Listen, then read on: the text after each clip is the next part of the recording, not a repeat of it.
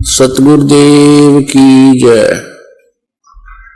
बंदी छोड़ कबीर परमेश्वर जी की जय। बंदी छोड़ गरीबदास जी महाराज जी की जय। स्वामी रामदेवानंद जी गुरु महाराज जी की जय हो।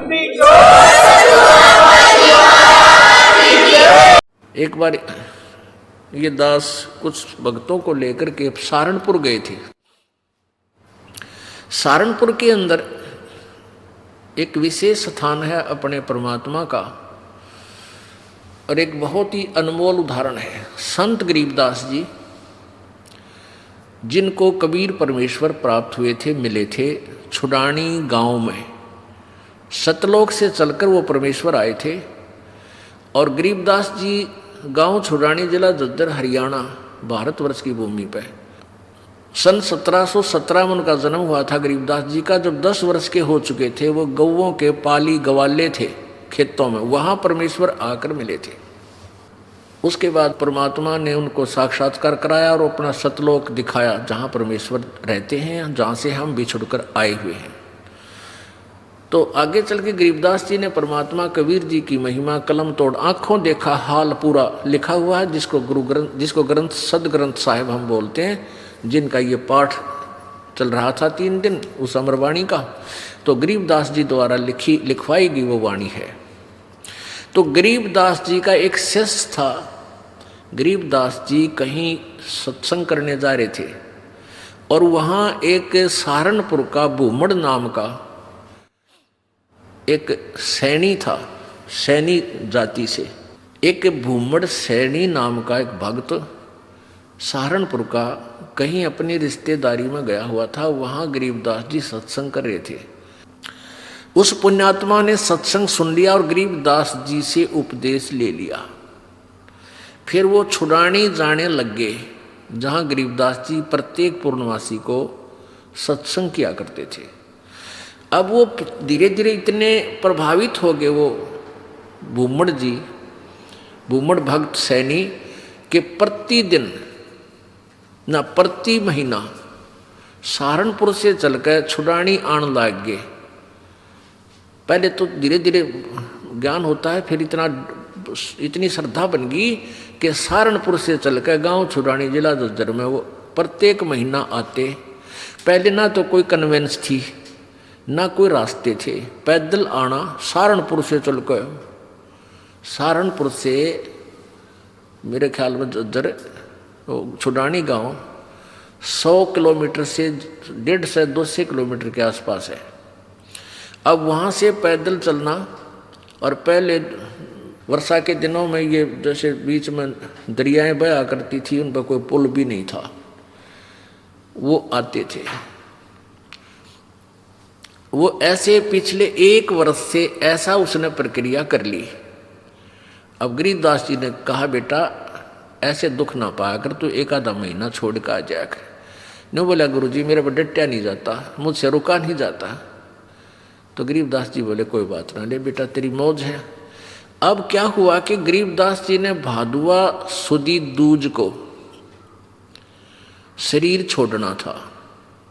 उससे पहले उस भगत से कह दिया, बेटा अब तू यहां मत आना, ये मेरा ऑर्डर है, आज के बाद यहां नहीं आएगा। अब भूमड़ रोने लग गया, भूमड़ भगत रोने लग गया।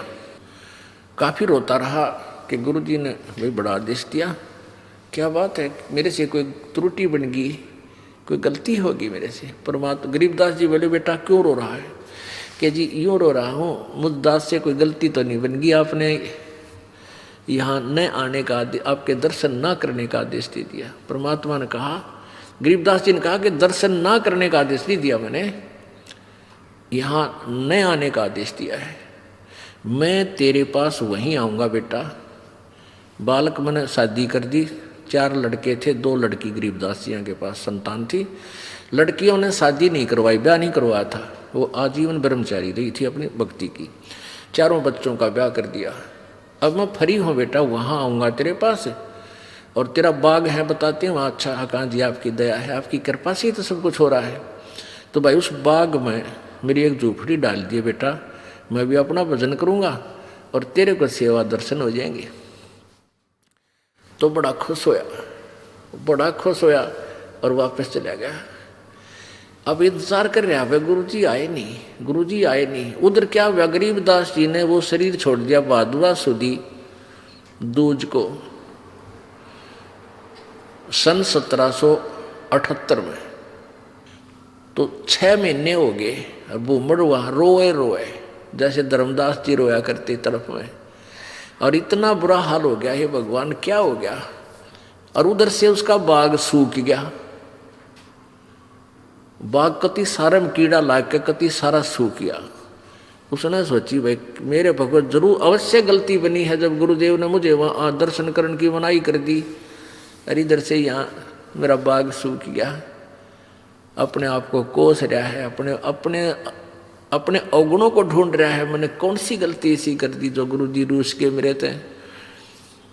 तो 6 महीने रोता रहा। बसंत पंचमी के दिन गरीबदास जी भादुआ में शरीर छोड़कर बसंत पंचमी के दिन उसी शरीर में 61 साल की आयु के शरीर में, और वह भूमड़ के घर पर जाकर सच्चाई बोल दी। अब भूमड़ चरणों में पड़कर खूब रोया, है भगवान मन तने सोच ली थी कि मेरे से कोई गलती बन गई गुरुदेव, आप रुष्ट हो गया पाए कोई ना। गरीबदास जी बोले भाई कोई बात ना बेटा, थोड़ा सा लेट हो गया, मैंने काम हो गया था। और भाई मेरा जो है ना उस बाग में झूपड़ी डाल दे जो तेरे बाग है ना, यहाँ घर में तो मैं नहीं रह पाऊंगा, वहाँ के एकांत में भगत भजन कराया करूँगा। तो भूमड़ बोला महाराज जी वहाँ तो बाग तो सूख गया। गरीबदास जी बोले सूख के बाग में झोपड़ी डाल दे मेरी, कोई बात नहीं। अब गुरु जी की आज्ञा पा कर उसने वहाँ एक झोपड़ी एक हट बना दी फूस फास डाल के। हफ्ते पाछे वो सारा बाग हरा भरा हो गया। गरीबदास जी वहाँ बैठते ही सारा नगर देखने आया, वो पूरा शहर देख, छोटा गांव था जब ये शहर बरवाला जितना, सहारनपुर, यानी 200 वर्ष पहले की बात है। तो सारा गांव नगर देखना यार, बहुत से उस चमत्कार से भूमड़ कहे मेरे ये गुरुजी हैं जिनकी मैं रोज महिमा गाया करता था, ये बड़े सिद्धि युक्त हैं, बड़े पहुँचे हुए महात्मा हैं। और भाई बहुत से मुसलमान और हिंदू गरीबदास जी के शिष्य वहाँ हो गए। अब क्या बात है कि वहाँ ये दास क्या बताना चाहता था, एक सिद्धि बहु चोले धारे, एक सिद्धि नी तत्व विचारे। वहां एक लाल दास नाम का सिद्ध पुरुष था, उसका भी जहां गरीबदास जी का आश्रम बना हुआ छोटा सा, जहां उन्होंने दोबारा शरीर छोड़ा था, उसके साथ में ही 300-400 फुट की दूरी पर लाल दास जी का बहुत बड़ा मंदिर बना रखा है। वो शिव विष्णु पुजारी था। अब क्या हुआ कि वहां 35 वर्ष तक गरीबदास जी उसी रूप में रहे। हिंदू और मुसलमान दोनों ही गरीबदास जी के शिष्य बने, क्योंकि ये ज्ञान ही एकता उपजाने का है, उनका ऐसा ज्ञान है कबीर जी का। तो वहाँ शहर सहारनपुर शहर के अंदर एक आश्रम बना हुआ है, भूमड़ का पूरा घर था, वो उसका संतान नहीं थी। परमात्मा ने उसका कल्याण करना था, इसलिए उसको झंझट में फंसाया नहीं, तो उसने सारा ही अपना घर भी आश्रम के रूप में बना दिया था। आज भी वहाँ विद्यमान है। गरीबदास जी की परंपरा का एक आधा कोई भक्त वहाँ रह रहा है, ये दास देख के आया था। तो वहाँ 35 वर्ष की आयु के बाद शरीर छोड़ दिया, तो वहाँ उस बाग के अंदर ही उस शव को अंतिम संस्कार वहाँ दफना रखा है वो शरीर। तो अब क्या हुआ, जब शरीर छोड़ दिया गरीबदास जी ने, यानी शरीर त्याग दिया वहाँ पे, तो वहाँ काफ़ी भक्त शेष हो गए थे। तो उन्होंने सोचा भी छुड़ानी वाले जो इनके वंशज हैं, गरीबदास जी के बच्चे हैं, संतान है, उनसे पता करके आओ कि महाराज जी के शरीर को यहाँ लावा या वहीं अंतिम संस्कार कर दे। 2 घोड़ों पर 2 व्यक्ति सहारनपुर से चले, छुड़ानी आए। तो उनसे कहा कि भाई ऐसे ऐसे गुरुजी ने शरीर त्याग दिया है, महाराज गरीबदास जी ने, यानी आपके दादा ने, दादा ने, पिताजी ने, जैसे भी उनके नेक थे, तो सहारनपुर में, और आप बताओ क्या करना है, उनको यहाँ कहो तो यहाँ लाएं कोई बैलगाड़ी में डाल के। और या ये कहो कि वही अंतिम संस्कार कर दे, तो वो आप साथ चलो हमारे, उनका अंतिम संस्कार कर देते हैं। गांव वाले कहते हैं भाई तुम क्या कहने लगे, वो उनके गरीबदास जी के वंशज यानी पोता पोती बेटा बेटी कहने लगे कि क्या कह रहे हो भगता आप। गरीबदास जी यानी गुरु महाराज तो 35 वर्ष पहले शरीर छोड़ दिया था और ये उनकी यादगार बना रखी। छुडानी में एक छतरी बना रखी है, छतरी साहब बोल रहे हैं उसको, जहाँ गरीबदास जी के शरीर का अंतिम संस्कार करा था, वो एक यादगार बना रखी है। वो छोटी सी थी, अब तो बहुत बड़ा मंदिर गाड़ दिया इन्हें। एक छोटी सी थी, जैसे आम यादगार सी बना देते हैं, ज़्यादा से ज़्यादा 10 फुट 5-7 फुट की ऊंची और 10 बाई 10 फुट चौड़ी। वो आज भी नो के विद्वान है जो ओरिजिनल है। उसके बाद उसके ऊपर और कुछ बना दिया, तो सारे गवाही के दे। और वो नो के ना भाई महाराज जी तो वहाँ शरीर छोड़ रखा है सहारनपुर में। तो उनका ना यकीन होया, 2 व्यक्ति घोड़े पर सवार होकर वहाँ से घोड़े लेकर और फिर वहाँ पहुँचे। वहाँ जाकर देखा ज्यों कहते हो शरीर, और वही गरीबदास जी वहाँ शरीर छोड़ रखे। तो छुड़ानी वाले बोले भाई इनकी लीला तो अपरंपार है, यही अंतिम संस्कार कर दो, वहाँ तो पहले हो चुका है। तो वो वही अंतिम संस्कार यानी नीचे एज इट इज शरीर दफना दिया, ऊपर यादगार बना रखी। ये दास वहाँ गया सन 1998 में, तो वहाँ देखा यही बिल्कुल क्लियर देखने के लिए सच्चाई है या कैसा है, बिल्कुल सच्चाई पाई। और वहाँ विराजमान एक लेडी संत थी, उसने बताई कि जी ऐसे ऐसे सारी कहानी सत्य है। उनके समय का वहाँ एक पलंग भी है जिस पर गरीबदास जी विश्राम किया करते थे। वहाँ ग्रंथ साहब भी यही लिखा हुआ था, हस्तलिखित उनके पास विद्वान है। फिर वो देखा जा करके वो बाग में जहाँ उनका अंतिम संस्कार किया था, तो वो यादगार जो बना रखी थी वो लगभग 150 वर्ष पुरानी होकर के जीर्ण शीर्ण सी भरी थी। तो हमने उनसे कहा कि आपकी आज्ञा हो तो हम इसको दोबारा रिकन्स्ट्रक्ट कर दें, न तो पड़ेगी को गिर के किसी को चोट लगेगी, को दर्शक होगा। तो वो कहने लगे जी ऐसे कर दो।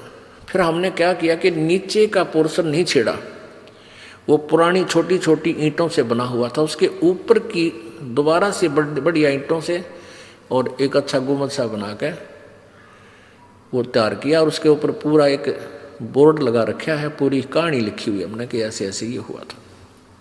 अब कहने का भाव ये है दास का कि उन्हीं के साथ में एक लाल दास जी थे। तो उनके बारे में क्या प्रसिद्ध था कि वो अपने भक्तों के निकलता था तो मांगने जाता था आहार। एक कहता था मेरे पास हमारे घर भी आए थे लालदास जी, एक दूसरे शहर में कहता था यहाँ भी लालदास जी आए थे। तो वो एक सिद्धि बहुचोले धारे, उसके पास एक हल्दी की गांठ थी या हल्दी की एक ही गांठ थी, यानी एक सिद्धि थी, उससे महात्मा पा के गया। लालदास जी के क्या करते, उसने अपना नियम बना रखा था। वो सिद्धि से यानी वहाँ जाता था, गंगा पर स्नान करके आता था प्रतिदिन। सुबह उठता और गंगा पर स्नान करने जाता था और शाम को वो वापस आ जाता था। अब सुबह 4 बजे चलता, शाम ने आता, ऐसे उसने अपना मनमुखी नियम बना रखा था। एक बार वो बीमार हो गया। बीमार हो गया तो चिंतित हुआ। गरीबदास जी उनके पास जाते थे, उन्हें ज्ञान भी समझाते थे, पर वो अनाड़ी कति नहीं माना था। वो इतना बीमार हो गया कि उसको चिंता होगी कि भाई मैं अब स्नान नहीं कर सकूंगा गंगा में। तो गरीबदास जी उसको चिंतित देखकर कहने लगे भाई चिंता ना करे, सवेरे गंगा यहीं आ जाएगी तेरे आसपास ही। अब उसने चिंता होगी कि भाई कैसे आवेगी। गरीबदास जी ने वहाँ जाकर खड़ा होगा कि आजा लालदास। उस जहाँ लालदास जी का वो आश्रम है उससे 100 फुट की दूरी पर वह अब भी गंगा बह रही है, छोटी सी नाला सा है, उसको गंगा जैसा ही जल है उसमें। तो गरीबदास जी ने ऐसे इशारा कर दिया, थोड़ी सी दूरी से नीचे से अपने आप एक झरना सा फूटा और पानी बहने लग गया। अब लालदास जी सोचने लगे कि भाई क्या पता यो वही गंगा है या दूसरी। वो नहा तो लिया उस दिन, क्यों उसका तो प्रण बना ले, फिर उसको चिंता होगी। उसको चिंता होगी कदे गरीबदास ने मुझे बहका दिया हो और नहाने के लिए अपनी सिद्धि तो यहीं से को जल निकाल दिया हो। एक उसका चेला था लालदास जी का, वो गंगा पर स्नान करके आया था उस दिन, और उसकी धोती रहेगी उधर एक लोटा उस गंगा में बह गया, उस ओरिजिनल गंगा में हरिद्वार में। तो वो वहां आया, वो कहने लगा, गरीबदास जी बैठे, लालदास जी बैठे थे। लालदास बोला, अरे कई दिन में आया, अगजी गंगा नहान गया था।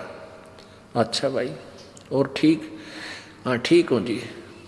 और कहने लगा, जी एक लोटा भी रह गया मेरा, गंगा में बह गया, और एक धोती बह गई वहीं पर, तेज धारा थी। गरीबदास जी बोले, भाई यहाँ तेरी धोती और लोटा इस गंगा में पड़े हैं, यहाँ ये वही गंगा है जो वहाँ तू नहा का है। अब लालदास जी ने सोचा, भाई जय इसके धोती लोटा यहाँ पा गए तो सचमुच यह वाह गंगा है। दोनों तीनों उठ कर गए, वो धोती लोटा वहीं, वह लोटा धोती और पड़ोस होकर वहीं पड़े, उन पैर साथ में गांठ कर, वैसे कच्चा ही गांठ था। वो लोटा उठाया, उस पर नाम था उस भगत का, नाम खुदवा रखा था उसने। ने बोला, महाराज जी तो सचमुच वाह गंगा में तो वहाँ हरिद्वार नहा था और वहाँ खूब गुम हुए थे, ये पाए यहाँ पर। तब उस लालदास का पेटा भरा, इतना उसकी मृत्यु का निकट आ गया। मालिक की वाणी उसने संभाली कोई ना। तो पुण्यात्माओं, इस तरह हम कहाँ विचलित थे। और संत सब कूप है, केते सरिता नीरी, दादू अगम अपारे है, ये दरिया सत्य कबीरी। ईश्वरीय शक्ति से युक्त बहुत से संत आपको मिलेंगे। अब जैसे कुछ तो कुआ टाइप समझ लो, कुआ इतना ही काम कर सके, आपके पीने का काम चला दे, पानी का पीने का नथिंग, और फिर इसके उससे ज्यादा नहीं। और एक जरीता नीर, और संत सब कूप हैं, केते जरीता नीर, दादू अगम अपार है, ये दरिया सत्य कबीर। और दूसरे जरीता नीर, जरीता माने झरने से निकला हुआ छोटा मोटा नाला।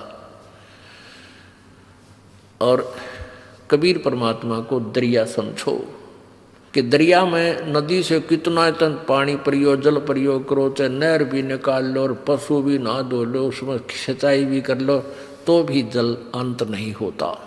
यानी पूर्ण समर्थ है कबीर जी। और भी संत छोटी मोटी सिद्धियों से ईश्वरीय शक्ति युक्त नजर आते हैं, लेकिन वो काम चलाओ